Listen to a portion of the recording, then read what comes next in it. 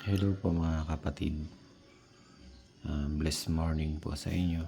Ngayon ay 6 o'clock na po. So, kanina nagising tayo ng alas 5. So, nagbulay-bulay po tayo ng Word of God. At dito po sa Matthew verse 14, Matthew chapter 14 verse 34 hanggang 36 ay binulay po natin. So, sa biyaya ng Panginoon, so i-share ko po sa inyo ito pong ating nabulay po dito, yung pinagaling ni Jesus sa mga may sakit sa Genesaret or sa Genesaret kumbaga. So, si Lord tumawid sila ng lawa at dumating sila sa baybay ng Genesaret. Si Jesus ay nakilala ng mga taga roon at agad nilang ipinamalita ang kanyang pagdating. Kaya't dinala ng mga tao ang lahat ng may sakit sa buong lupaing iyon. Hiniling nila kay Jesus na mahawakan man lamang ng mga may sakit ang laylayan ng kanyang damit. At ang lahat ng gumawa nito ay nagsigaling. So dito, meron siyang supporting verse na sa Mark chapter 6 verse 53 hanggang 56. So tingnan din natin 'yon mga kapatid. Mark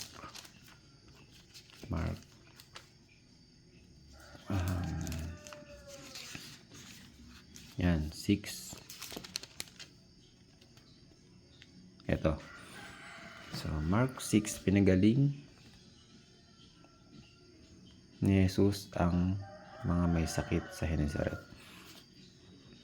So, sabi po dito, tumawid sila sa ibayo at pagdating sa Genesaret ay dumaong sila sa pampang.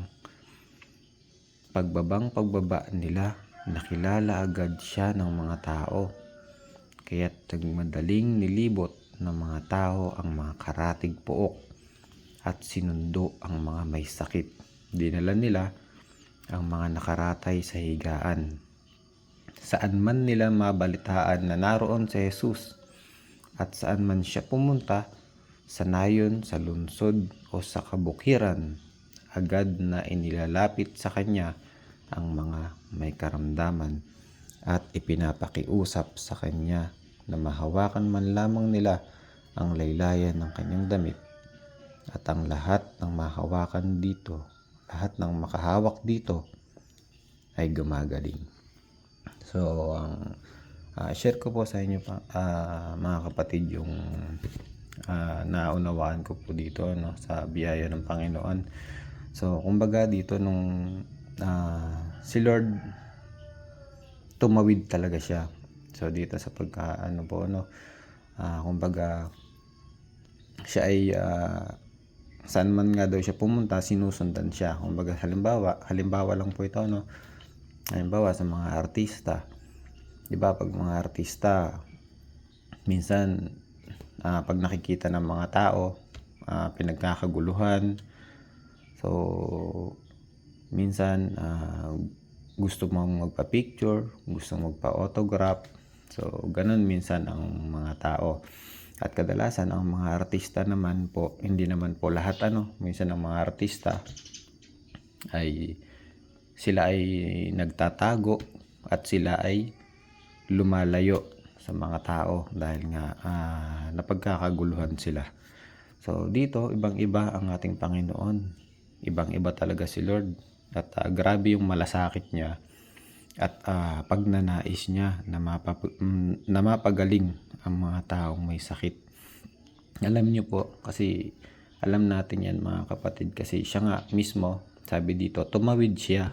So ibig sabihin sinadya nilang pumunta sa lugar na iyon dahil nga gusto ng Panginoon na pagalingin ang mga tao doon.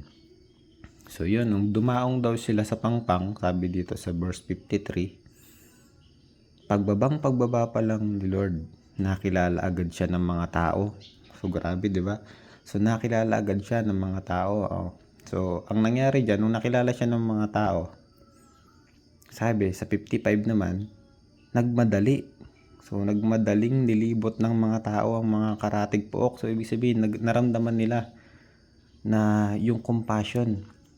Naramdaman nila yung compassion na gusto rin ng mga tao na nakatira doon na yung mga kasamahan nila, na yung mga may sakit sa lugar nila ay mailapit sa Panginoon. Dahil siyempre kung sakaling may sakit sila at hindi nila alam na nandun pala ang Lord, so ang ginamit naman ng Lord dito yung mga kapitbahay or mga karatig na nakatira doon sa lugar na yun para nga madala sa kanya yung mga may sakit. So doon naramdaman natin yung compassion ng mga nakatira doon dahil nung nakilala nga po agad siya ng mga tao ay agad na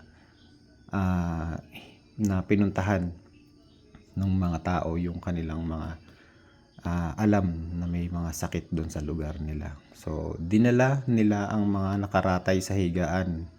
So dinala nila sa kay Lord.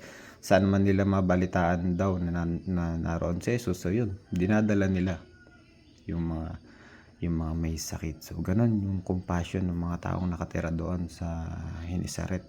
So doon nakita rin natin yung pananampalataya nila sa ating Panginoong Hesukristo. So dahil nga na alam nila na ang Panginoon ay hindi lang kumbaga siya ay nagpapagaling, siya ay nagmimilagro, at alam nila na ang Panginoon ay Diyos na makapangyarihan sa lahat.